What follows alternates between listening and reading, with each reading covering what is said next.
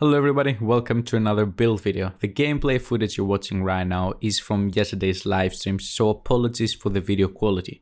As you can see, I'm doing District Union in Legendary difficulty, and I'm using Seeker Mines with the Mortar Turret. And oh my god, I can't believe I haven't tried this combination before.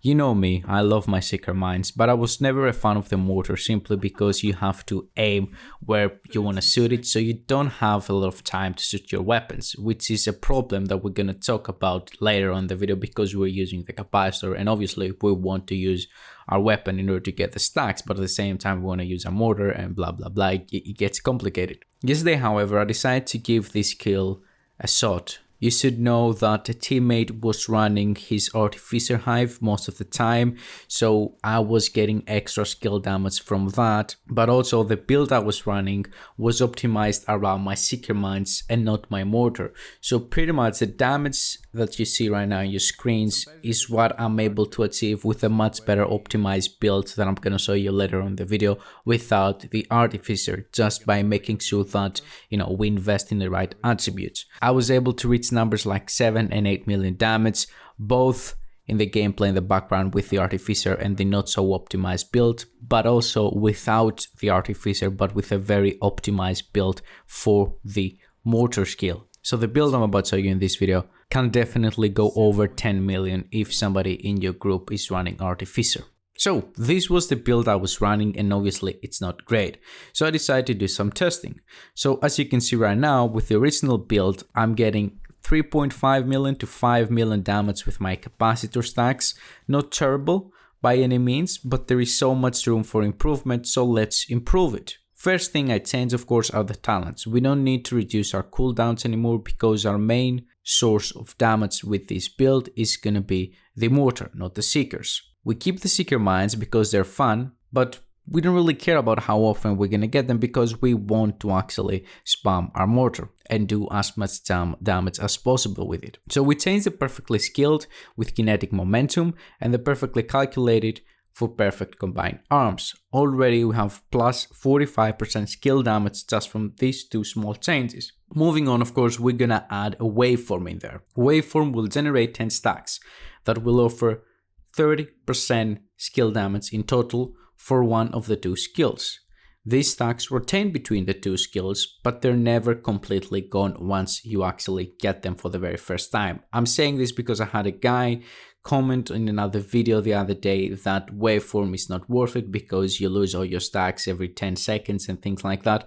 That's not the case. As you can see, the stacks, when they start to rotate from one skill to another, they do that gradually, meaning that let's say skill A has 0 stacks and skill B has 10 stacks, and the rotation starts to happen. Skill A will get 1 stack when skill B will go from 10 to 9.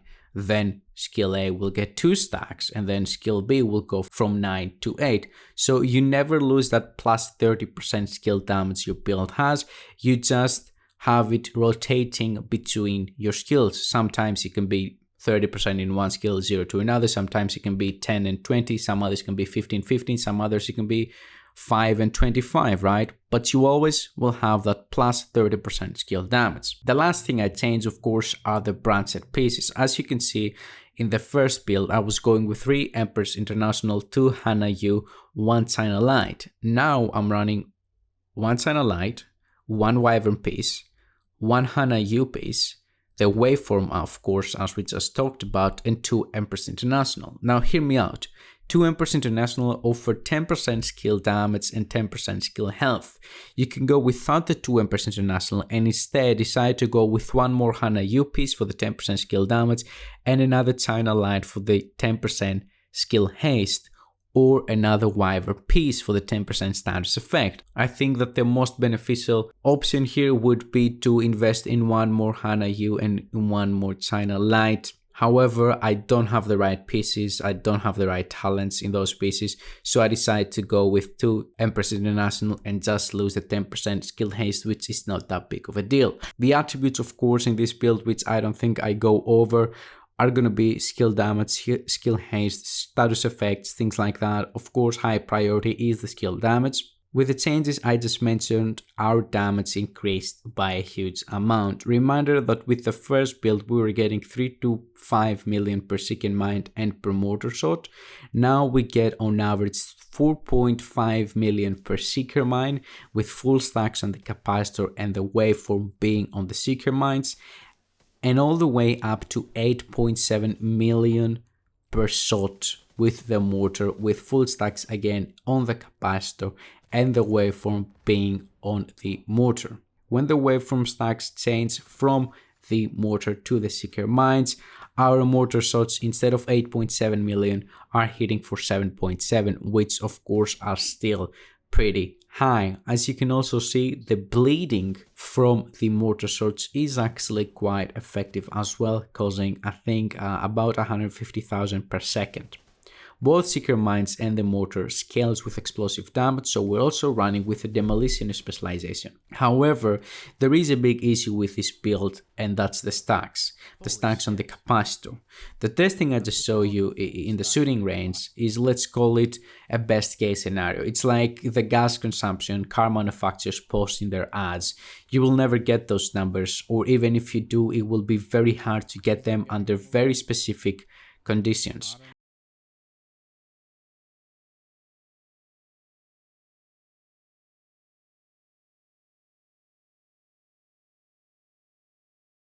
That's because I find it very difficult to maintain my capacitor stacks while at the same time using my mortar as often as possible. Another issue is that the mortar is great for missions like District Union, where most parts of the mission enemies are on top of each other, but very average for missions with open areas where the enemies can spread out. The same of course applies for the seeker mines. So this is a build that can work amazingly good in the right circumstances, but it is really average, or maybe a little bit higher, maybe a little bit better than just average, but still not a great option if you have other builds when you're playing in missions or in environments that are not beneficial for this build. I thought of using the test subject to get the damage buffs instantly, even if those buffs were lower compared to the capacitor buffs. But the issue with the test subject is that it requires to have a skill that hits constantly in order to maintain one of the two buffs. Sadly, we don't have a skill that can output constant DPS, so it's really hard to actually get the full use of the talent. Like most builds on my channel, this is another very strong build if used under the right circumstances. I will leave you with some control point gameplay where you can see how this build will perform in an open world under no favorable circumstances fight.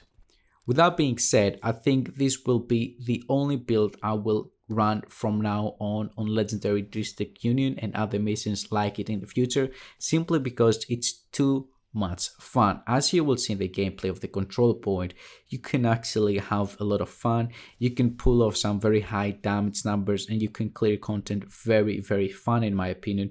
However, it is a build that if things don't go your way, you're gonna struggle most likely. Also, be aware to not bomb yourself like I have done a dozen times already, because you're gonna get one-shotted by the mortar. Thank you very much for watching, guys. I hope that you enjoyed the video. If you did, please make sure to drop a like and to subscribe for more content. I really appreciate all the support you guys have been showing the last couple of weeks. Have a wonderful day, everybody. Bye bye.